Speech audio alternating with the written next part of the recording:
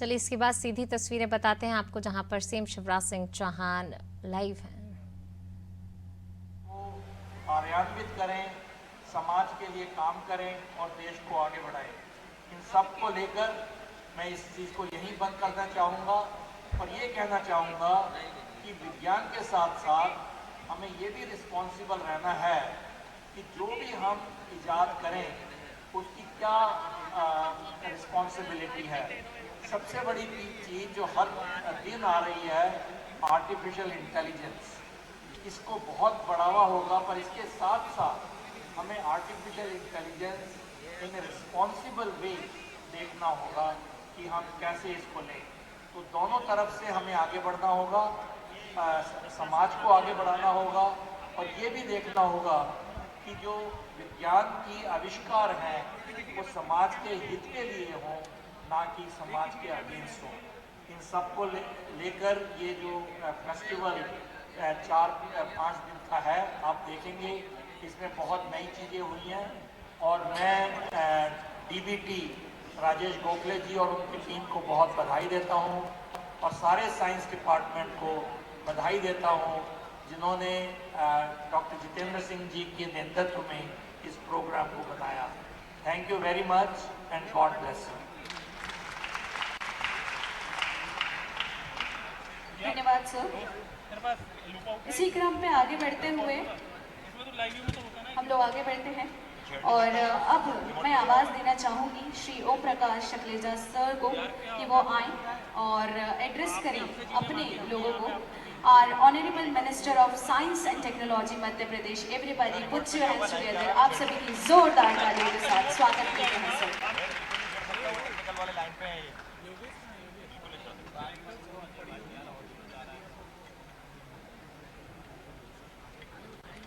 हटा दो, लगा दो।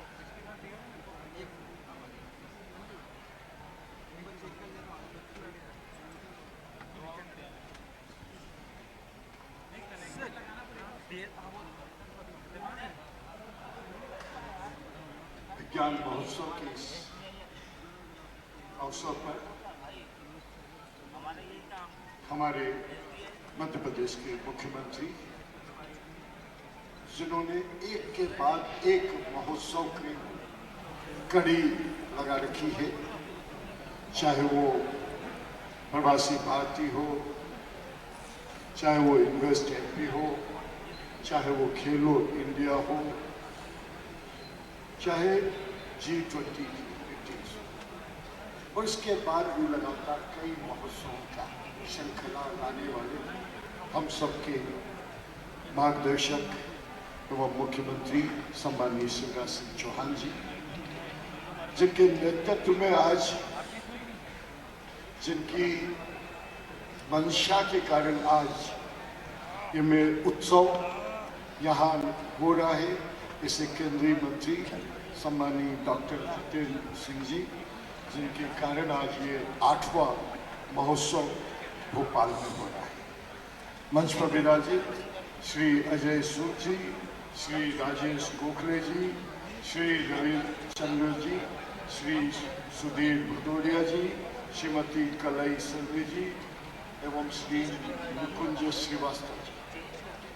वास्तव में आज का दिन मध्य प्रदेश के लिए बड़ा आनंदमय एवं गौरवशाली है और मुझे ये कहते हुए बड़े गर्व की अनुभव हो रहा है कि 8वां विज्ञान महोत्सव मध्य प्रदेश की राजधानी झीलों की नगरी भोपाल में आयोजित हो रहा है, जो लगातार 4 दिनों तक जारी रहकर हम सब मिलकर इस उत्सव में अलग अलग विभाग के साथ काम करेंगे, चाहे पृथ्वी विज्ञान हो, चाहे परमाणु ऊर्जा विभाग हो, चाहे अंतरिक्ष विभाग हो, चाहे विज्ञान भारती द्वारा किया जा रहा इस कार्यक्रम में पधारे हुए सभी संस्थान के वैज्ञानिक, प्रदेश के स्कूल कॉलेज विद्यार्थियों, प्राध्यापक गण, आमजनों का मैं हृदय से स्वागत एवं अभिनंदन करता हूं कि आप सब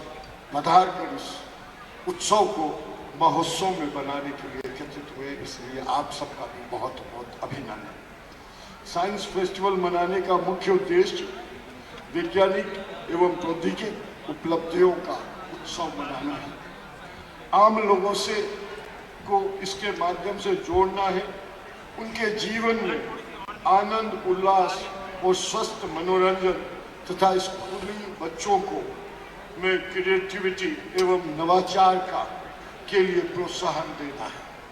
मैं ज़्यादा लंबी आज चर्चा ना करते हुए सिर्फ इस विषय को भारतीय संस्कृति में उत्सव का विशेष स्थान है।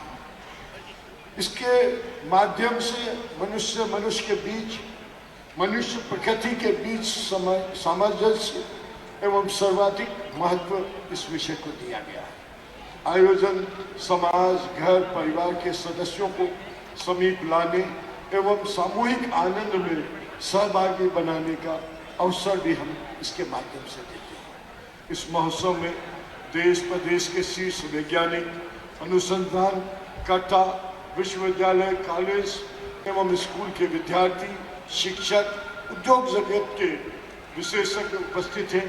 इन सभी को 4 दिन तक आनंद एवं स्वस्थ मनोरंजन के साथ वैज्ञानिक उपलब्धियों का सरोवर होने का अवसर मिलेगा। आज़ादी के अमृत काल में आयोजित इस साइंस फेस्टिवल का मुख्य विषय विज्ञान, प्रौद्योगिकी, नवाचार के साथ साथ अमृत काल को इसलिए चुना गया है कि अगर मैं अमृत काल का वैदिक ज्योतिष में एक शब्द का अर्थ है कि एक नए लाभ की शुरुआत करने का सही समय, क्योंकि ये केवल हम साइंस के साथ ही भारतीय ज्योतिष, वो भी एक साइंस का ही अलग स्वरूप है, उसका भी हमारे इसमें विषय है। हम विगत माह में मध्य प्रदेश ने अभी विज्ञान एवं प्रौद्योगिकी एवं नवाचार नीति 2022 जारी करी है।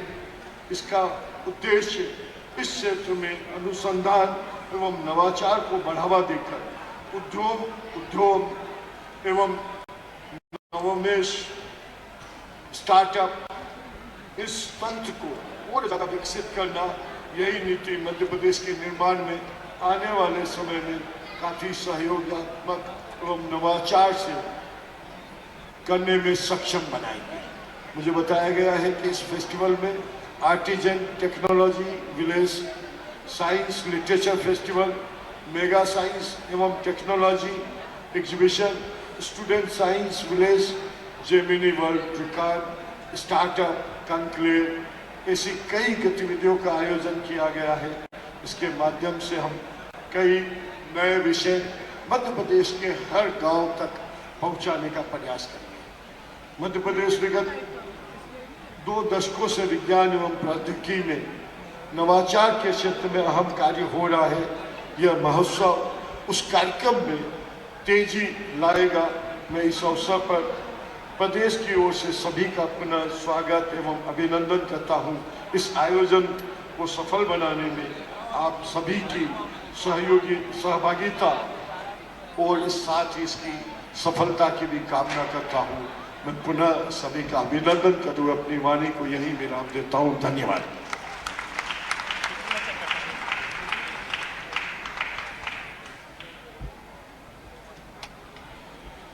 धन्यवाद।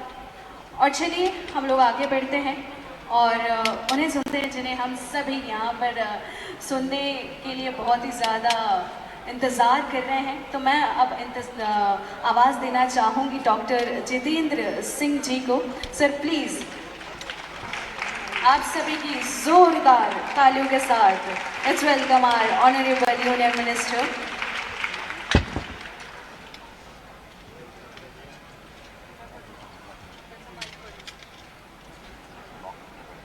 सबके बीच बैठे हुए हमारे लोकप्रिय मुख्यमंत्री, हमारे वरिष्ठ नेता, जिनके अनुभव से, जिनकी कार्यकुशलता से सदा कुछ न कुछ सीखने को मिलता है, ऐसे हमारे आदरणीय शिवराज सिंह चौहान जी।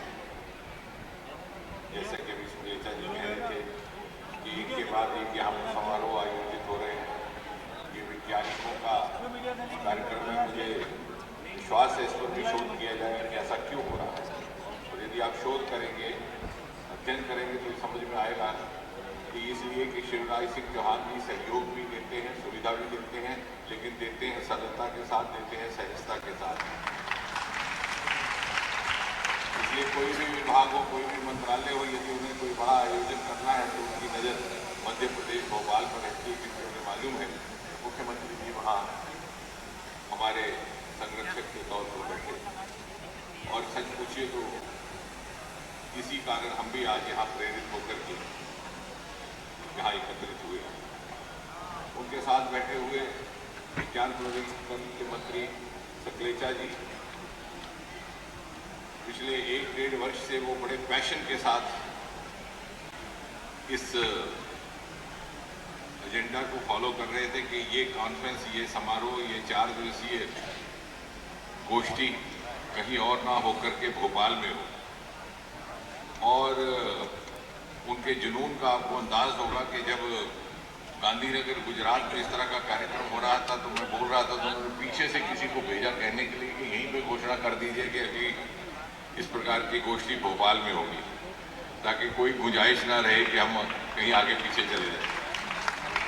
तो जब इस प्रकार की संहिता रहती है व्यवस्था में किसी भी प्रदेश में, किसी भी वेन्यू में, तो यकीनन हमारे लिए प्रेरणा का स्रोत भी रहता है, उत्साह का भी और मोटिवेशन का भी। इसके साथ साथ हमारे प्रिंसिपल साइंटिफिक एडवाइजर और देश विदेश में जाने माने वैज्ञानिक प्रोफेसर सूद, डॉक्टर रविचंद्रन, ओशन विज्ञान के एक्सपर्ट, वर्तमान में पृथ्वी विज्ञान के सचिव, डॉक्टर कलई सेल्वी,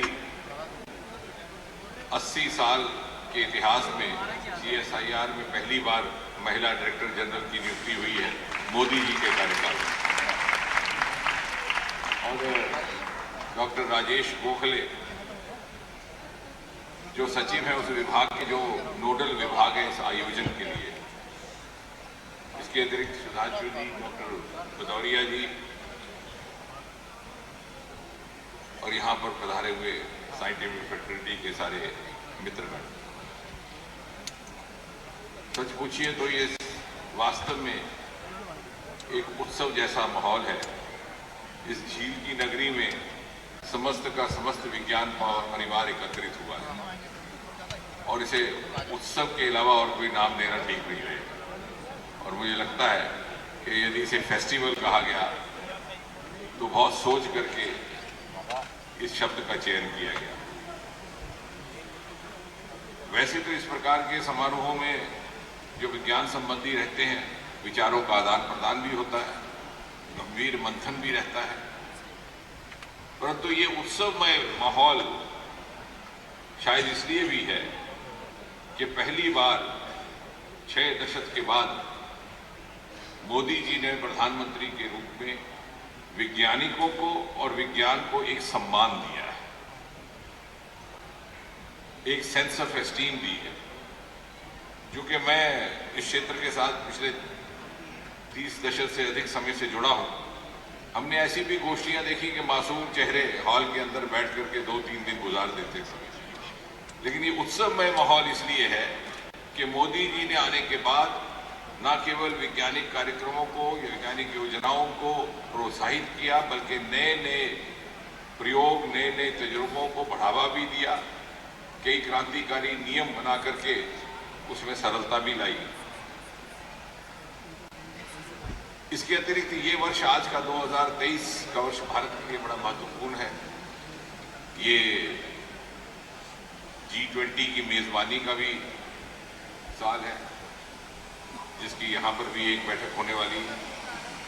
ये इंटरनेशनल ईयर ऑफ मिलेट भी है और इस साल के साथ साथ आज का दिन 21 जनवरी इसलिए महत्वपूर्ण बन जाता है कि इस वर्ष का सबसे बड़ा विज्ञान का समारोह भी भोपाल में ही हो रहा है। कुल मिलाकर के 15 अलग अलग इवेंट्स हैं, जैसे राजेश गोखले कह रहे थे, लेकिन उस समय गूंज बहुत ज़्यादा थी उनकी आवाज़ में, क्योंकि इतनी बुलंदी के साथ उन्होंने कार्यक्रम आयोजन किया कि उसकी गूंज बहुत ज़्यादा आई। नामालूम समझ आया कि नहीं, इसलिए मैं दोहरा रहा हूँ कि 15 इवेंट्स का उन्होंने उल्लेख किया। लेकिन मुझे विशेषकर से 4 इसमें इवेंट्स ऐसे हैं जो मुझे लगता है कि अपनी तरह के नए भी हैं और जो विशेषकर भिन्न भिन्न वर्गों को प्रभावित करने वाले हैं। उसमें से एक है स्टूडेंट साइंस विलेज, जिसमें लगभग 2500 छात्र भाग लेंगे और एक ऐसे समय में जबकि 27 जनवरी को प्रधानमंत्री परीक्षा पे चर्चा करने वाले हैं, तो छात्रों को अपनी प्रतिभा का कैसा एहसास हो, ज्यादा भी ना हो और कम भी ना हो। कभी कभी ज्यादा होने से भी नुकसान हो जाता है और कभी कम होने से भी वो रफ्तार में पिछड़ जाते हैं। दूसरा इवेंट है यंग साइंटिस्ट कॉन्फ्रेंस, लगभग 1500 युवा वैज्ञानिक या विज्ञान के स्कॉलर उसमें भाग लेंगे। तीसरा स्टूडेंट इनोवेशन फेस्टिवल और चौथा मेगा स्टार्टअप एक्सपो। उसके अतिरिक्त जैसे कि प्रोफेसर सूद उल्लेख कर रहे थे, फ्रंटियर्स, उसमें आर्टिफिशियल इंटेलिजेंस, उसमें ड्रोन, उसमें अन्य प्रकार के विषय जो हर इस प्रकार की गोष्ठी में शामिल रहते हैं, उनका तो एक एक सत्र रहेगा ही। लेकिन इस सब आयोजन के दौरान जब हम यहाँ बैठ करके चर्चा करेंगे और आगे की योजना भी बनाएंगे, तो मुझे लगता है कि कहीं संजीदगी से ये बात भी हमारे ध्यान में आएगी कि इस देश में कभी प्रतिभा की कमी ना थी, क्षमता की कमी ना थी, परिश्रम करने का जज्बा भी कम ना था, आंखों में सितारे भी कम ना थे, परंतु शायद उस प्रकार का वातावरण नहीं था अनुकूलता का। और हमने वो भी जमाना देखा कि अगर कोई माता पिता कहते, पूछा जाता विवाह की मार्केट में कि बच्चा क्या करता, बोलते विज्ञान का काम करता, बोलते नहीं उसके अलावा क्या करता। यानी कभी इसको बहुत संजीदगी से विज्ञान के काम को नहीं लिया जाता था। और अधिकतर लोग 12वीं कक्षा के बाद मेडिकल कॉलेज चले जाते, इंजीनियरिंग कॉलेज जाते, जो नहीं जा पाते वो बेचारे निराश होकर के, चूंकि अब साइंस स्ट्रीम लिया है और कहीं जा नहीं सकते, तो बीएससी मजबूरी में साइंस में कर लेते। फिर उसके बाद एक कोशिश करते आईएएस वगैरह की, वो ना हो तो एमएससी कर ली, फिर वो भी ना हो तो पीएचडी कर ली। तो यानी ये डिसेंडिंग ऑर्डर की प्रायोरिटी थी। और ये बात मैं इसलिए कह रहा हूं कि अब वातावरण बदला है, और ये इसलिए भी मुझे कहने में कोई संकोच नहीं कि मोदी जी ने इसकी प्राथमिकता को समझा, इसके महत्व को समझा। स्वतंत्रता दिवस के अपने संबोधनों में उन्होंने विज्ञान का उल्लेख करना शुरू किया।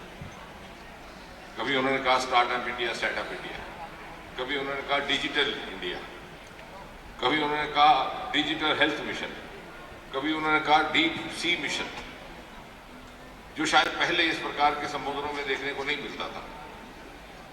और इसके अतिरिक्त अनेकों ऐसे फैसले लिए जिनकी हमें कभी कल्पना ना थी, और हमने उसकी अपेक्षा भी छोड़ दी थी ये सोच करके कि सरकारों का ये काम नहीं रहता, ये तो इसी तरह से चलेगा जिस तरह से चल रहा है। उदाहरण के तौर पर अंतरिक्ष का, अंतरिक्ष विभाग सदा गोपनीयता में काम करता रहा। कभी कभार आप अखबार में कहीं पढ़ लेते थे कि श्री हरिकोटा नाम का कोई स्थान है जहां से कोई रॉकेट गया, आपने देखा नहीं, उन दिनों टेलीविजन होता नहीं था, किसने भेजा, कहाँ गया, लौट के कब आएगा कोई मालूम ना। और जब मैं इस विभाग में पहली बार आया 2014 में सरकार बनने के 10 दिन के ही बाद, तो चेयरमैन वहाँ पे डॉक्टर के राधाकृष्णन हुआ करते थे। तो मुझे रात को कहने लगे, सुबह वहाँ पर लॉन्चिंग थी 4 बजे, कि आपको एक ऐसी जगह ले जाऊंगा जहाँ पर के वैज्ञानिकों भी जाना बाकी है, वो प्रोहिबिटेड एरिया। तो लगभग 12:30 बजे करीब वहाँ ले गए।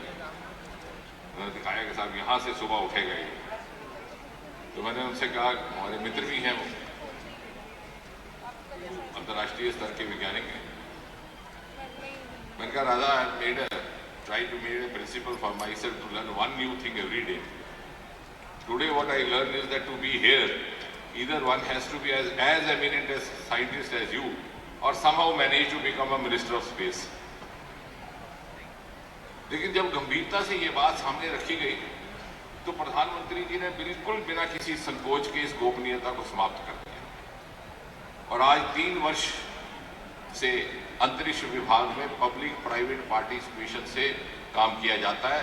मुझे लगता है ताली बजाने लायक है, ताकि घर जाके याद रहे, आप बच्चों को भी समझाएं। मात्र 2 वर्षों में हमारे पास 100-120 से अधिक स्पेस स्टार्टअप्स हो गए हैं और उत्साह इस तरह का गया, आपने देखा होगा टेलीविजन में 2 IIT के बच्चों ने रॉकेट छोड़े, फिर किसी ने सैटेलाइट छोड़ा और देश के हर राज्य से वहां पर स्टार्टअप्स आने लगे। यानी वही बात जो मैं कह रहा था कि प्रतिभा भी थी, क्षमता भी थी, लेकिन अनुकूलता नहीं थी, वो अब आई है। इसी प्रकार ड्रोन को लेकर के एक नियम बनाया गया था कि ड्रोन अगर डेवलप करना है तो IIT के परिसर में हो सकता। तो होता क्या था कि चोरी छिपे IIT के परिसर में उसका ट्रायल करो, बाद में मार्केट में बेच दो। मोदी जी ने उस नियम में भी संशोधन लाया और ये एक ऐसी सरकार है जिसको इस बात का गर्व रहेगा कि आज तक लगभग 1600 पुराने नियम समाप्त कर दिए। आमतौर से तो सरकारें कहती हैं ना, हमने ये नया कानून लाया, ये कानून खत्म करने वाली सरकार है। और आते ही सबसे पहले कानून खत्म किया था कि अपने सर्टिफिकेट नौजवान टेस्ट करके लाए और ये संदेश दिया गया कि ये एक ऐसी सरकार है मोदी जी के नेतृत्व में जिसमें इतनी क्षमता है कि अपने नौजवान पर विश्वास कर सके। इसी प्रकार अभी हाल ही में जियो स्पेशल गाइडलाइंस आई है, स्वामित्व कार्यक्रम शुरू हुआ है, वो भी हमारे विभाग सर्वे जनरल ऑफ इंडिया जो DST के साथ जुड़ा है उनके माध्यम से हो रहा है। लगभग 2 लाख पंचायतों का उसमें काम संपन्न हो चुका है और आने वाले समय में ये स्टार्टअप्स के लिए एक नया आयाम, एक नया विकल्प रहेगा रोजगार के लिए भी। हमें आज समझ नहीं आ रहा, लेकिन एक समय आएगा जब आप कंसल्टेंट हायर करेंगे, मकान बनाना होगा उसके लिए भी, जमीन खरीदनी होगी उसके लिए भी, और वो कंसल्टेंट कौन होगा? जियो स्पेशल कंसल्टेंट होगा। और इसी के साथ साथ जब आपने नेशनल एजुकेशन पॉलिसी बनाई है NEP 2020, वो भी इससे जुड़ जाती है। विज्ञान में अनुकूलता लाने का ये भी एक तरीका, जैसे मैंने अभी कहा कि 12वीं कक्षा में अगर डॉक्टर भी नहीं बने, मेडिकल इंजीनियर भी नहीं बने, तो फिर बेजार होकर BSc कर ली, BSc भी नहीं हुई तो MSc कर ली, यानी बाई डिसेंडिंग ऑर्डर। अब ऐसा नहीं होगा। अगर आप 12वीं कक्षा में मेडिकल में नहीं जा पाए, इंजीनियरिंग में नहीं जा पाए और अगर वाकई आपको रुचि नहीं है विज्ञान में, तो आप आर्ट्स में भी जा सकते हैं, आप कंबाइन भी कर सकते हैं। इससे ये होगा कि जो वास्तविक तौर पर विज्ञान में रुचि रखते हैं या विज्ञान को समर्पित हैं, जिनको एप्टीट्यूड है, वो आएंगे। और साथ ही साथ एग्जिट एंट्री का इसमें रहेगा। आप छोड़ सकते हैं 12वीं कक्षा के बाद, फर्स्ट ईयर के बाद जाकर के कोई अपना काम धंधा लगाइए और फिर से वापस आ जाइए, अपने शोध को जारी रखिए, ताकि आपकी डिग्री को डीलिंक करें। वरना क्या होता था कि आपने BSc science, MSc science, PhD science, उसके बाद एजुकेटेड अनएम्प्लॉयड और बैठ गए धरने पर मुख्यमंत्री जी के दफ्तर के बाहर नौकरी के लिए। तो इसको डीलिंक कर दिया हमने, क्योंकि अगले ही दिन में सुना रहा था कि कैम्ब्रिज के वाइस चांसलर यहाँ आए, वो डॉक्टर हैं, तो मुझे कहने लगे, doctor I must compliment you, all my PhDs from India. तो जब चले गए तो मेरे साथ में जो डॉक्टर साहब बैठे थे, मैंने कहा इनको बुजुर्ग को ही पता नहीं कि इंडिया से PhD जाते हैं ट्रॉफी लेने के लिए, बायोटेक्नोलॉजी में PhD ले ली और यहाँ पर आकर कंप्यूटर कंपनी में MD बनकर। So there is so much of disconnect. जबकि उनके देश में वही छात्र जाएगा उस क्षेत्र में, उस स्ट्रीम में, यदि उसका मन उसमें होगा और सारा जीवन वो समर्पित करने के लिए। तो ये सारी नए प्रावधान जो मोदी जी ने लाए हैं, ये बार बार इसलिए दोहराने की आवश्यकता कि हमें समझ नहीं आता और कभी कभी मैं हैरत में पड़ जाता हूँ कि हमें 70 वर्ष इसकी प्रतीक्षा करनी पड़ी। अगर पहले हुआ होता तो शायद हम कहीं आगे बढ़ गए होते। अब जहाँ तक स्टार्टअप एक्सपो का संबंध है, उसके लिए भी मैं चाहूँगा कि 2-3 दिन में इन जो गोष्ठियों में कुछ एक बातें हम अपने युवाओं के आगे भी स्पष्ट करें, दूसरों के आगे भी। बहुत सारी धारणाएं, विडंबनाएं, मिथ स्टार्टअप को लेकर हो गए। एक तो ये कि स्टार्टअप है जो तो IT है, स्टार्टअप का अर्थ IT नहीं है। और मध्य प्रदेश की धरती में खड़े होकर के जहां माननीय शिवराज सिंह जी ने एग्रीकल्चर सेक्टर में इतनी ऊंची GDP लाई थी प्रारंभ से, आज से 10 वर्ष पहले, यहां पर सबसे बड़ा सेक्टर स्टार्टअप का एग्रीकल्चर है, IT नहीं है। लेकिन हमें नहीं एहसास हुआ कि हमारा अपना क्या सरमाया, हमारे एक्सक्लूसिव पोटेंशियल्स क्या है हिंदुस्तान के। उसमें एग्रीकल्चर है, उसमें ओशन है, उसमें हिमालय है। हम सोच बैठे कि चूंकि IT है, क्योंकि बंगलौर में जरा तेजी से चला तो बंगलौर IT नगरी थी। हमें इन तरफ ध्यान देना होगा। यदि अगले 25 वर्ष में हमने शिखर पंडर पर जाना है तो अनएक्सप्लोर्ड पोटेंशियल के सिर पे जाना है। इसी तरह से दूसरा ये कहा जाता है कि साइंस ग्रेजुएट होना ही लाजिम है स्टार्टअप के लिए, ऐसा भी कुछ नहीं। बहुत सारे हमारी अरोमा मिशन शुरू हुई है CSIR डॉक्टर कलाई सेल्वी के नेतृत्व में, और जो वहाँ की सक्सेस स्टोरीज हैं उनमें से बहुत सारे ऐसे युवा हैं जिन्होंने कभी विज्ञान की पुस्तक को हाथ ही नहीं लगाया। और तीसरा एक और मिथ है कि स्टार्टअप का मतलब कि नौजवान हो। हमने एक समय में प्रदर्शनी की थी +60 एज स्टार्टअप। स्टार्टअप का मतलब आप स्टार्टअप कर रहे हैं अपना काम, ना कि उम्र, तो वो भी कहीं ना कहीं कंफ्यूजन हो रहा है। तो ये सारी घटनाएं, ताकि हम जो इस वक्त वातावरण बना है उसका पर्याप्त उपयोग कर सके, उसका ऑप्टिमम यूटिलिटी कर सके। और अगला हमारा रहेगा फिर सस्टेनेबिलिटी ऑफ स्टार्टअप्स, और उसके लिए एक तो कंसिस्टेंट इनोवेशन, क्योंकि इनोवेशन की प्रक्रिया जारी रहेगी। ये कॉम्पिटिटिव वर्ल्ड है। जब हमारे 2 रॉकेट उतरे स्काई रूट में तो 2 बच्चे पवन और भरत, हमें मालूम नहीं था, सोमनाथ जी थे चेयरमैन, उनको मालूम नहीं था। बाद में हमने देखा, मैंने पूछा कि रॉकेट के ऊपर क्या लगा, तो उन्होंने कैमरा लगा के रखा। क्यों? क्योंकि जब हमारे यहाँ से रिवायती तौर पर रॉकेट जाते तो नीचे से दूरदर्शन उसके फोटो खींचता। ये बच्चे इतने होशियार थे, इन्होंने ऊपर अपना एक कैमरा लगा दिया, ऊपर से चित्र आते थे। और उसके बाद एक के बाद innovation for sustainability is what is going to sustain the competition. दूसरा जो मैं चाहूंगा, मैंने कहा भी है कि B2B यहाँ पर बैठ के हो, industry involvement right from the beginning. आप इंडस्ट्री की मैपिंग करिए, मार्केट की मैपिंग करिए, मध्य प्रदेश में किस चीज़ की मार्केट है, किस चीज़ की इंडस्ट्री है, उस तरह के स्टार्टअप प्रोजेक्ट्स हम फंड भी करेंगे और उसमें सहयोग भी देंगे। तीसरा, जैसे मैंने कहा, जो अनएक्सप्लोर्ड एरियाज हैं एग्रीकल्चर का, और दूसरे पहाड़ी राज्यों में हमारे अरोमा के सरमाए, और चौथा इंक्लूसिव एंगेजमेंट, क्योंकि वुमेन लेड, क्योंकि एक बात हमें बार बार याद रखनी है, हम बार बार बड़े शौक से कहते हैं encourage women scientist, encourage women participate. अरे भाई, जमाना बदल गया, आज तो वुमेन लीड कर रही है हमें। So prepare yourself to be led by women. Participation से वो बहुत आगे बढ़ चुकी है, तो उसको भी हम जहाँ जहाँ प्रतिभाशाली, हमारा गगनयान का एक मिशन है, उसमें अधिकतर काम जो पहल की जा रही है वो महिला वैज्ञानिकों की ओर से। तो हम उनके बदलते हुए इवॉल्व रोल के पीछे, हम बार बार बड़ा पैटर्नाइज होके कहते हैं इनकरेज करो, लेकिन वो हमें इनकरेज कर रही है, हम उसकी इनकरेजमेंट लेने को तैयार हैं क्या? तो हमें उस तरह से भी इंक्लूसिव तरीके से यदि हमने इसका पूरा उपयोग लेना है, और बहुत समय ना लेता हुआ, क्योंकि फिर ये की नोट एड्रेस बन जाएगा, लेकिन मैं चाहूँगा कि मध्य प्रदेश में जब हम ये कार्यक्रम कर रहे हैं तो कम से कम 3 सेक्टर्स पर हम विशेष ध्यान दें, and I am sure Rajesh will agree with me. एक तो एग्रीकल्चर सेक्टर, यहाँ का बहुत बड़ा सरमाया है जिसको पूरी तरह से इस्तेमाल नहीं किया गया, क्योंकि हमारी मस्तिष्क में, माइंड सेट में बैठा है कि स्टार्टअप किसी और दुनिया का रहता है। दूसरा बैम्बू, हम अक्सर सोचते हैं कि बैम्बू नॉर्थ ईस्ट का है, लेकिन कितना बड़ा उसका रिजर्व मध्य प्रदेश में है वो हम भूल जाते हैं। और बैम्बू एक नया स्टार्टअप ही नहीं है, एक बहुत बड़ा एक नया रोजगार का भी जरिया है और एक नई रेवोल्यूशन है। वर्सेटाइल आइटम, फर्नीचर भी बनता है, पैनल भी बनते हैं, कागज भी बनता है, गारमेंट्स भी बनते हैं, गहने भी बनते हैं, और जब बिल्कुल जल जाए तो उसका पेट्रोल भी बनता है, वो भी यहाँ मौजूद है। और तीसरा वेस्ट टू वेल्थ। ये 3 क्षेत्र ऐसे हैं जो मैं आते हुए सोच रहा था जिसमें मध्य प्रदेश बहुत बड़ी योगदान कंट्रीब्यूशन कर सकता है, क्योंकि जैसे मैंने कहा कि आने वाले 25 वर्ष में विज्ञान, प्रौद्योगिकीकरण और नवाचार भारत की अर्थव्यवस्था का निर्माण करने वाला है। और 2047 के भारत की तस्वीर कैसी हो, चित्र कैसा हो, स्वरूप कैसा हो, वो निर्धारित करने का काम भी विज्ञान और नवाचार के माध्यम से होगा।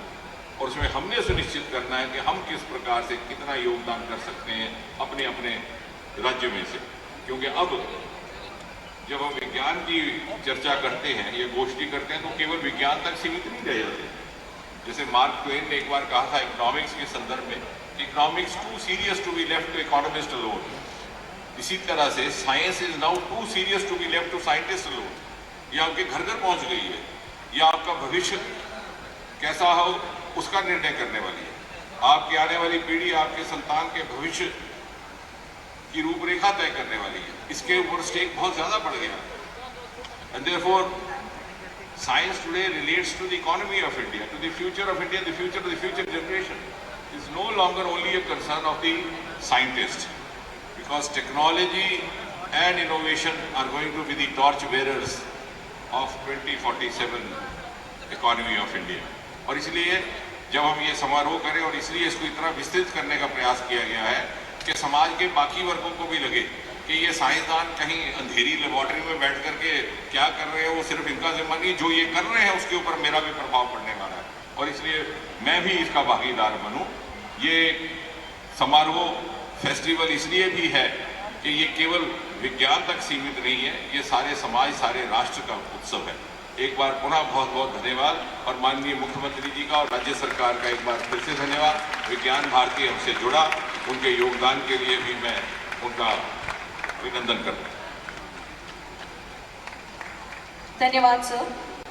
और इसी के साथ अब मैं आवाज देना चाहूंगी उन्हें जिन्होंने भारत सरकार के साइंस, टेक्नोलॉजी एवं इनोवेशन की कई सारी परिकल्पनाएं और लक्ष्य को सतत रूप से मार्गदर्शन दिया है।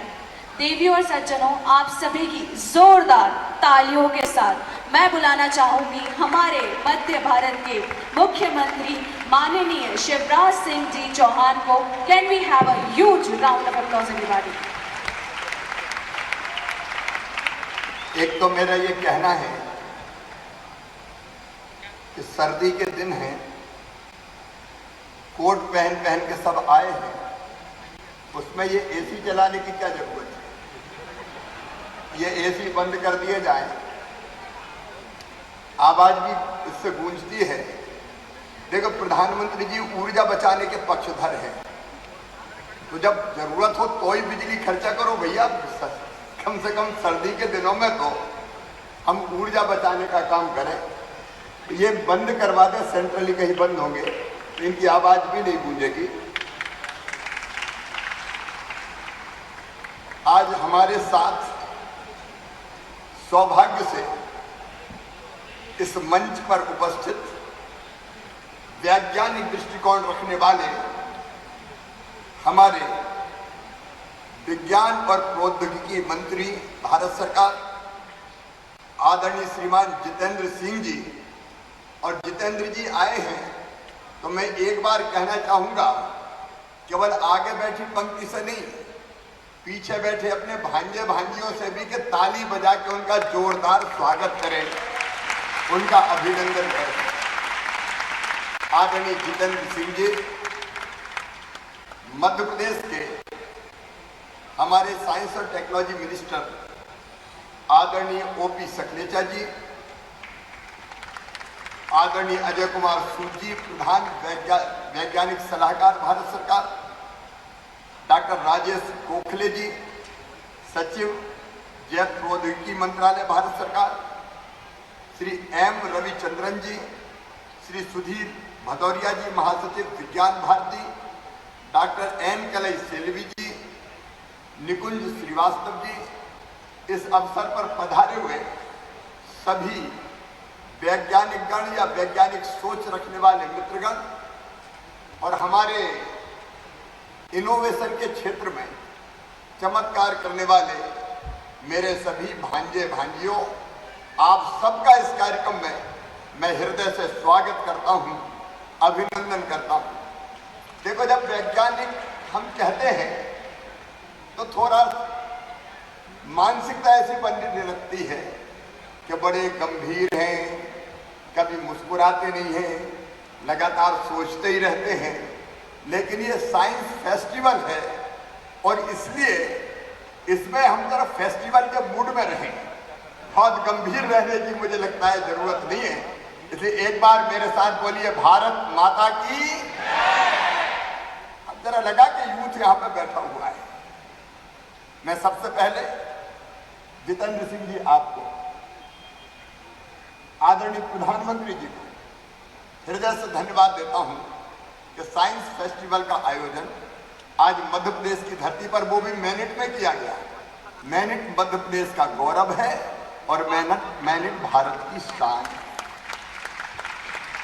और मैं कई वर्षों से मैनिट आता रहा हूं, इस बार थोड़े ज्यादा दिन हो गए। सचमुच में भारत का सोच ही वैज्ञानिक है। नवाचार, इनोवेशन, साइंटिफिक सोच, ये भारत की संस्कृति में है, भारत की माटी में है, भारत की जड़ों में है।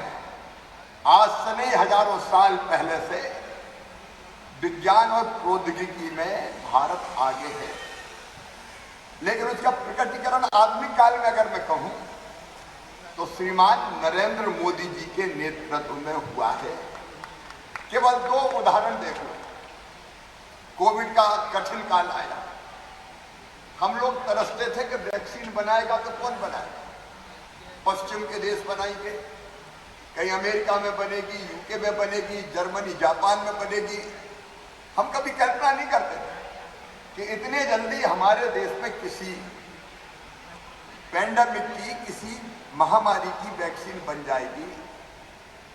पहले भी वैज्ञानिक थे, उनमें क्षमता थी, प्रतिभा थी, योग्यता थी, लेकिन जरूरत थी लीडरशिप की। नरेंद्र मोदी जी के नेतृत्व में हमारे वैज्ञानिकों ने चमत्कार किया और 8 महीना में 2 स्वदेशी वैक्सीन बना के दे दी। 8 महीना में 2 स्वदेशी वैक्सीन और 200 करोड़ से ज्यादा डोज लगे भारतीयों। लेकिन 100 से ज्यादा देशों को वैक्सीन देने का चमत्कार किया तो भारत ने किया। ये हमारे वैज्ञानिकों की क्षमता है। ऐसे एक नहीं, अनेकों उदाहरण है। अभी हम कह रहे थे अलग अलग उपग्रह लॉन्च करने का मामला। एक जमाना था भारत के उपग्रह और कोई लॉन्च करता था। आज हम केवल अपने उपग्रह लॉन्च नहीं कर रहे, दुनिया के कई देशों को उपग्रह लॉन्च करने का चमत्कार हो रहा है, तो भारत की धरती से हो रहा है। तो हमारा सोच कोई आज से नहीं, हमारा सोच बरसों से वैज्ञानिक है।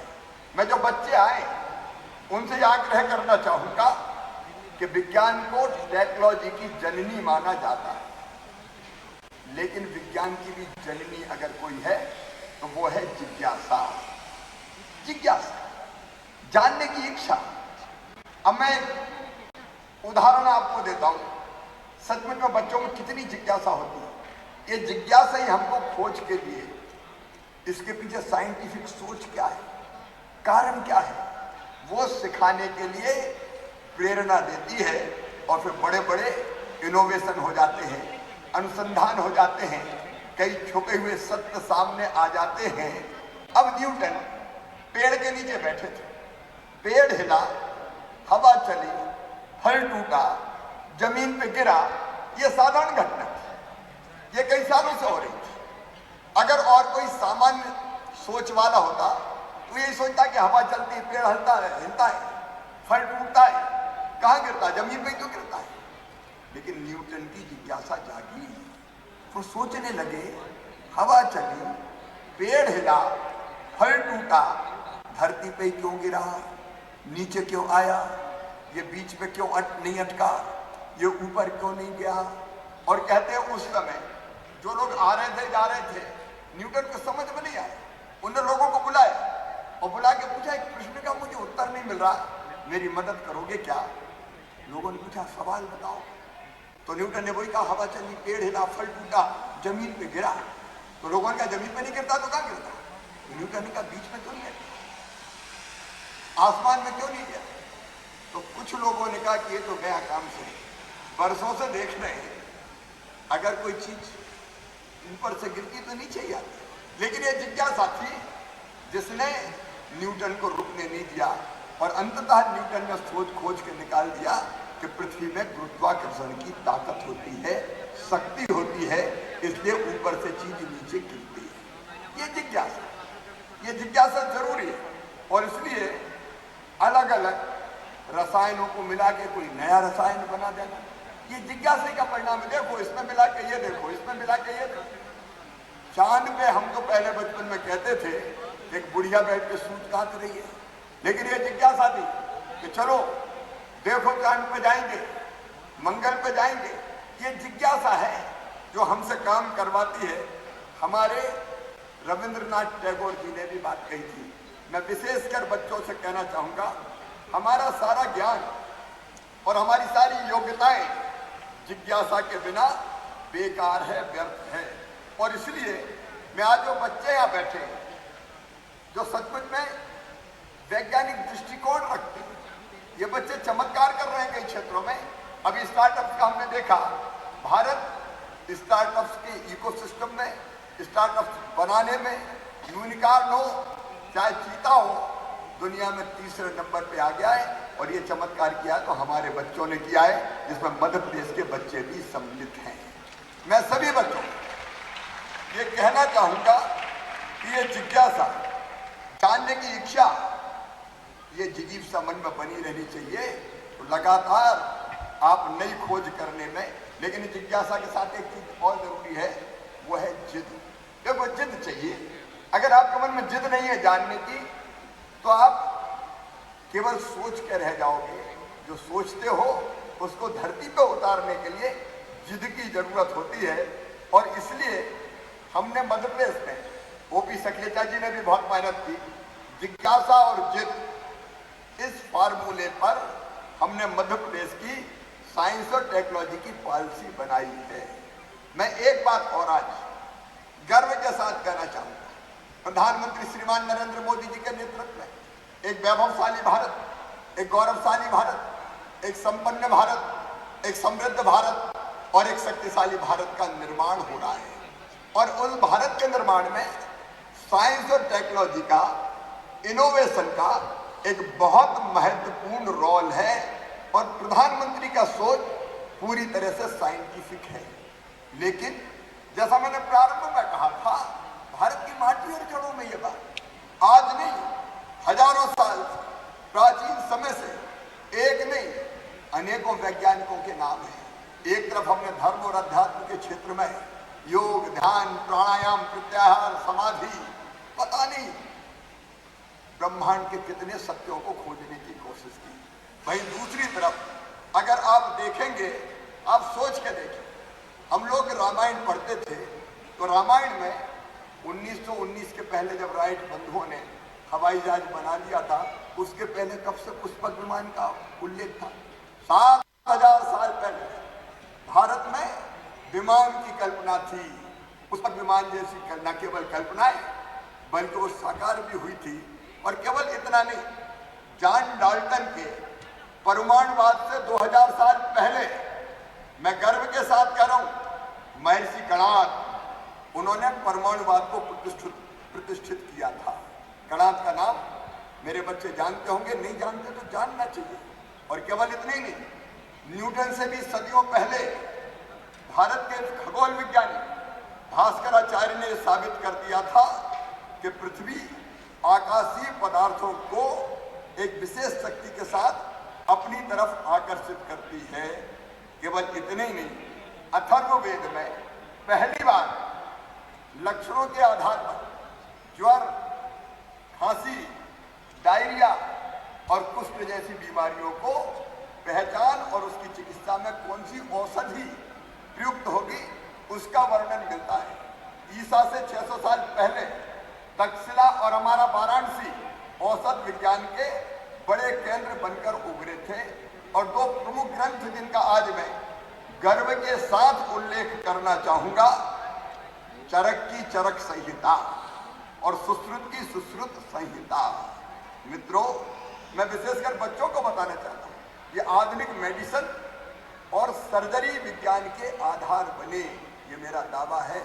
और एक बात अगर नहीं पता हो तो मैं आपको बताना चाहता हूँ, विशेषकर बच्चों को बताना चाहता हूँ कि आधुनिक विज्ञान में तो सर्जरी का सिलसिला कुछ सदियों पहले प्रारंभ हुआ और वैदिक युग में सुश्रुत जैसे सफल शल्य चिकित्सक थे, सर्जन थे। हड्डियों को जोड़ने, मोतियाबिंद का ऑपरेशन, यहाँ तक कि प्लास्टिक सर्जरी की विधि का भी सुश्रुत संहिता में वर्णन है। और यह हम नहीं कहते, जमाना कहता है। मेलबोर्न के royal Australian college of surgery में आज भी सुश्रुत, महर्षि सुश्रुत की प्रतिमा लगी हुई है ऑस्ट्रेलिया में। और इसलिए ये कोई ये ना सोचे कि विज्ञान हमने कोई पश्चिम से लिया है। पश्चिम तो बहुत बाद में, पश्चिम तो बहुत बाद में प्रकाश में आया। गैलीलियो और कोपरनिकस से बहुत पहले 500 बरस पहले आर्यभट्ट ने और उनके बाद बारहवीं ने सूर्य, चंद्रमा और पृथ्वी की गति की गणना के आधार पर नवग्रह तथा नक्षत्रों की सही स्थिति ज्ञात करने की खगोलीय विधि का वर्णन कर दिया था। ये नवग्रह कोई हमारे लिए नए क्या? ब्रह्मा, मुरारी, त्रिपुरांतकारी, भानु, शशि, भूमि, सुतो, बुधश्च, गुरुश्च, शुक्रा, शनि, राहु, केतवा, सर्वे ग्रह शांति करा भवन्तु। कब से हम नवग्रहों के बारे में हमारे ऋषि जानते हैं, हमारे महर्षि जानते हैं। और इसलिए मैं कहता हूं, आज दावे के साथ कहता हूं, भारत का दृष्टिकोण वैज्ञानिक है, भारत का सोच वैज्ञानिक है। और पूरी जिम्मेदारी के साथ आज मैं ये बात भी कहना चाहता हूं कि धर्म और विज्ञान एक दूसरे को नहीं काटते, बल्कि उसका समर्थन करते हैं।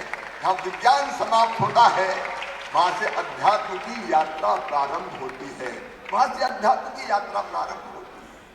आज नहीं, हजारों साल पहले, एक नहीं, इसके कई उदाहरण हैं। आप सबको ये तो दुनिया मानती है, दुनिया मानती है।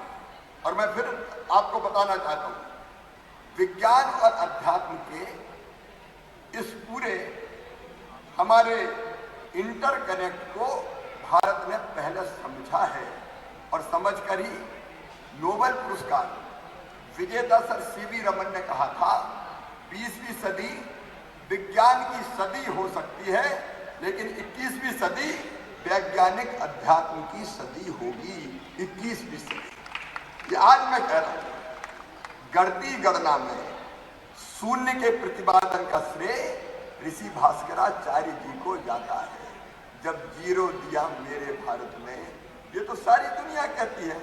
दशमलव का खोज अगर कहीं हुई है तो हमारे भारत की धरती पर हुई है। गणतज्ञ पिंगल की संकल्पना कालांतर में फिबोनाची सीरीज बनकर अनुदित हुई है, और आधुनिक कंप्यूटर जिस बाइनरी अंकों के आधार पर जटिल गणना कर रहे हैं, उस बाइनरी प्रणाली का प्रथम वर्णन भी पिंगल ने कर दिया था। चक्रीय समीकरण हल करने की प्रणाली ब्रह्मगुप्त, जयदेव और भास्कर की देन है, और वर्ग समीकरण हल करने और गोले का आयतन ज्ञात करने का श्रीधराचार्य सूत्र आज भी उपयोगी है। ये भारत है। मैं फिर कहना चाहता हूँ, यज्ञ के वेदिका के निर्माण की जो प्रक्रिया में आप देखेंगे, भारतीय ऋषि ज्यामिति, त्रिकोणमिति और बीज गणित में कितने दक्ष थे। मित्रों, आज इस प्राचीन ज्ञान को आगे बढ़ाने की आवश्यकता है। अम्ल और क्षार का उत्पादन कर रंगों का निर्माण आज नहीं, हजारों साल पहले से हमारे भारत में होता चला आया है। महान वैज्ञानिक आइंस्टीन ने कहा, मैं कोट करना चाहूंगा, उन्होंने कहा कि हम प्राचीन भारतीयों के बहुत एहसानमंद हैं जिन्होंने हमें गिनना सिखाया, जिसके बिना अधिकांश आधुनिक वैज्ञानिक खोजें असंभव होती। ये कहने वाले आइंस्टाइन है। मित्रों, इसलिए मैं कह रहा हूं कि हमारे गणित विज्ञान, खगोल विज्ञान, धातु विज्ञान, चिकित्सा विज्ञान, ऊर्जा और पृथ्वी पर जीवन संबंधी खोज के अनेकों उदाहरण हैं जो बताते हैं कि हमारा सनातन वैदिक ज्ञान कितना विकसित था। अब इस वैज्ञानिक ज्ञान को हम सप्रमाण भी सामने लाने का आज दुनिया के सामने काम भी कर रहे हैं और उसमें सफल भी हो रहे हैं। और इसलिए मैंने ये कहा कि उस वैज्ञानिक सोच को प्रधानमंत्री नरेंद्र मोदी जी ने आगे बढ़ाया तो भारत आज दुनिया में चमत्कार करो। मैं आज दावे के साथ कह रहा हूं, 21वीं सदी में विज्ञान और प्रौद्योगिकी मोदी जी के नेतृत्व में ही अगर उसमें दुनिया का नेतृत्व करेगा तो भारत करेगा भारत। और इसलिए मैं बच्चों से कहना चाहता हूं, हमको अपने इस वैज्ञानिक दृष्टिकोण को और विकसित करने का प्रयास करना चाहिए। और इसलिए मध्य प्रदेश में हमने विज्ञान प्रौद्योगिकी और नवाचार नीति बनाई, हमारी साइंस टेक्नोलॉजी की नीति हमने बनाई। और उस नीति में 3 प्रमुख बातें हैं जो मैं आपके सामने रखना चाहूँगा। नंबर 1, विज्ञान, मतलब वैज्ञानिक सोच और समझ को दैनिक जीवन का अंग बनाना। यह हर एक की दैनिक जीवन का अंग कैसा बन सकता है? वैज्ञानिक सोच और समझ। Number 2, technology. सरकार और समाज में आधुनिक तकनीकी का अधिक से अधिक इस्तेमाल और उपयोग करना। और नंबर 3, इनोवेशन, नवाचार, नया सोचने, नई सीखने और नई पहल करने वाली पीढ़ी का निर्माण करना। ये जरूरी है और इसलिए समाज में वैज्ञानिक सोच का प्रसार करना, साइंस, टेक्नोलॉजी और इनोवेशन का इकोसिस्टम विकसित करना, विज्ञान और तकनीकी पर आधारित उद्यमता को बढ़ावा देना, भारत की पारंपरिक ज्ञान प्रणालियों का संरक्षण और संवर्धन, उसके लिए अनेकों काम कर रहे हैं। आज मैं उसका वर्णन अभी नहीं करना चाहता। तकनीकी का अधिक से अधिक उपयोग विकास में भी, जन कल्याण में भी और गुड गवर्नेंस में भी, ये हमारा उद्देश्य है। और इसलिए स्टेम की बात कही जाती है, साइंस, टेक्नोलॉजी, इंजीनियरिंग, मैथमेटिक्स, लेकिन मध्य प्रदेश उससे आगे बढ़ के स्टीम की पद्धति की बात करता है। साइंस, टेक्नोलॉजी, इंजीनियरिंग के साथ आर्ट और मैथमेटिक्स। हमने जो सीएम राय स्कूल खोले हैं उसमें हम स्टीम लैब्स भी बनाने का काम कर रहे हैं। नई स्टार्टअप नीति हमने बनाई है। मैं विशेषकर अपने बच्चों से कहना चाहूंगा, सोचते रहो, इनोवेटिव आइडिया अगर तुम्हारे पास है तो मैं तुम्हें वचन देता हूं, निराश नहीं होने दूंगा। मैं स्टार्टअप्स के बारे में मध्य प्रदेश के बच्चों को कहना चाहता हूं। मध्य प्रदेश में एक साल में 2600 स्टार्टअप्स बने, 2600। और ये केवल इंदौर में नहीं है, इंदौर में तो है ही, लेकिन हमारे टियर 2, टियर 3 के जो सिटीज हैं, हमारे कस्बे हैं छोटे छोटे, वहां से प्रतिभाशाली वैज्ञानिक निकल रहे हैं जो नया नया इनोवेशन कर रहे हैं। और हमारी स्टार्टअप्स की कंपनियां यूनिकॉर्न में शामिल हो रही है। 7-7, 8-8 हजार करोड़ की कंपनियां हमारे बच्चों ने बना ली। और इसलिए मैं आज गंभीरता से कहना चाहता हूं, इस सोच को, इस विचार को रुकने मत दो। मन में अगर इनोवेटिव आइडिया आए, उसको जमीन को उतारने का प्रयास करो। तुम्हारे साथ मध्य प्रदेश की सरकार खड़ी है, तुम्हारे साथ हम खड़े हैं। स्टार्टअप नीति इसी सोच से हमने बनाने का पूरा प्रयास किया है। और अभी मैं बहुत विस्तार में नहीं बोलूंगा, लेकिन स्टार्टअप इनोवेटिव आइडिया है तो जमीन को उतारने के लिए पूंजी कहां से आए? हमने स्टार्टअप नीति में तय किया है 1 करोड़ रुपए तक की हम सहायता देंगे। हम ये भी तय कर रहे हैं, इंदौर में हम अभी स्टार्टअप पार्क बना रहे हैं, जरूरत पड़ी भोपाल में बनाएंगे, ग्वालियर, जबलपुर में बनाएंगे। आपको पैसे की दिक्कत है तो वेंचर कैपिटल फंड, उससे भी हम पैसा लगाएंगे। और प्राइवेट कई संस्थाएं और उद्योगपति आगे आए हैं जो स्टार्टअप में पैसा लगाने को तैयार हैं, हम उनसे भी टाई अप करने का काम करेंगे। लेकिन आप सोचो, और इनोवेटिव आइडिया है तो मरने मत दो उसको, जिद से उसको जमीन पे उतारने का प्रयास करो। अब जब स्टार्टअप पार्क बनेगा, अगर आपके पास अभी कोई इनोवेटिव आइडिया है और उसके लिए आपको स्पेस चाहिए तो हम उस स्पेस का किराया भी देने का काम करेंगे। मैं चाहता हूं कि आप स्टार्टअप नीति को ढंग से पढ़ें, सोचें और फिर खुद आगे बढ़ के काम करें। याद रखना, व्यक्ति जैसा सोचता और करता है वैसा ही बन जाता है। आज मैं अपने बच्चों को कहना चाहता हूं, तुम सोचो कि मैं क्या कर सकता हूं तो तुम कुछ नहीं करो। मौकी मक्खी उड़ाने भी पड़ोसी को आना पड़ेगा। लेकिन स्वामी विवेकानंद ने यह कहा था कि तुम केवल साधारण 3.5 हाथ के हाड़ मास के पुतले नहीं हो, तुम ईश्वर के अंश हो, अमृत के पुत्र हो, अनंत शक्तियों के भंडार हो। और दुनिया में कोई काम ऐसा नहीं कि जो तुम ना कर सको।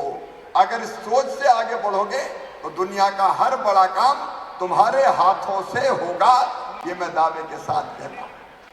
और इसलिए इस उत्साह के साथ इस साइंस फेस्टिवल में आप लोग भाग लें। मैं फिर एक बार प्रधानमंत्री जी का हृदय से आभारी हूं। सचमुच में कई बार मन को बहुत गर्व होता है। अगर वैक्सीन ना होती तो आप सबके मुंह पे अभी भी मास्क बंधे रहते। ये नरेंद्र मोदी जी का ही चमत्कार है कि हम खुली हवा में सांस ले रहे हैं और आज साइंस फेस्टिवल आज इतने धूमधाम से कर रहे हैं। मैं फिर एक बार प्रधानमंत्री जी को जितेंद्र सिंह जी को साइंस फेस्टिवल मध्य प्रदेश की धरती पर मेरिट में आयोजित करने के लिए हृदय से धन्यवाद देता हूं, बधाई देता हूं। बहुत बहुत धन्यवाद, प्रणाम, नमस्कार। देवियों सज्जनों, माननीय मुख्यमंत्री जी, माननीय शिवराज सिंह चौहान जी, धन्यवाद सर। और इसी क्रम में आगे बढ़ते हुए आगे चलते हैं। विज्ञान महोत्सव में पहली बार डेली न्यूज़लेटर निकालने जा रहा है, जिसका पहला संस्करण आज रिलीज होने जा रहा है, जिसके लिए मैं फिर से माननीय शिवराज सिंह जी चौहान जी और जितेंद्र सिंह जी सर और हमारे अन्य अतिथियों को न्यूज़लेटर रिलीज के लिए आमंत्रित करती हूँ। और मैं अब आवाज़ देना चाहूँगी पुष्पेंद्र पाल सिंह जी को, और मैं सभी से अनुरोध करती हूँ कि हम लोग न्यूज़ लेटर का रिलीज यहाँ पर करें। देवी और सज्जनों, आप सभी की जोरदार तालियों के साथ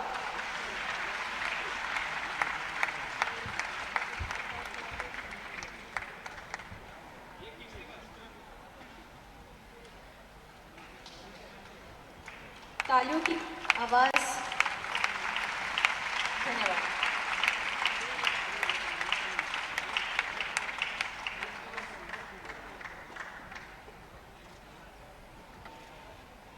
धन्यवाद। और मैं इसके साथ ही अब फिर से आवाज़ देना चाहूँगी माननीय डॉक्टर सुधांशु प्रति जी को कि वो हमें यहाँ पर मंच पर हमारे साथ जुड़े। और मैं आपसे आग्रह करूँगी कि प्यार स्वरूप स्मृति चिन्ह देकर हमारे माननीय मुख्यमंत्री माननीय शिवराज सिंह जी चौहान जी का धन्यवाद यहाँ पर आप करें।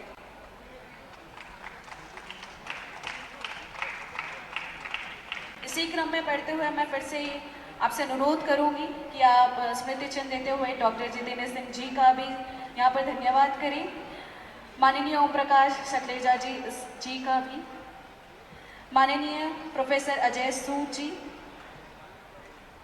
डॉक्टर राजेश गोखले जी, डॉक्टर एम रवि चंद्रन जी, डॉक्टर एस तराईसेल्वी जी, डॉक्टर सुधीर भदौरिया जी और अंत में मिस्टर निकुंज श्रीवास्तव जी। इसी के साथ हम लोग आगे बढ़ते हैं और मैं सभी से अनुरोध करना चाहूँगी कि सभी अपने अपने स्थान पर यहाँ पर खड़े हो जाएं, क्योंकि हम लोग आगे बढ़ते हैं नेशनल एंथम के साथ। और उसी के साथ मैं आप सभी का तहे दिल से धन्यवाद करना चाहूँगी on behalf of India international science festival 2022। So ladies and gentleman, चलते हैं नेशनल एंथम के साथ।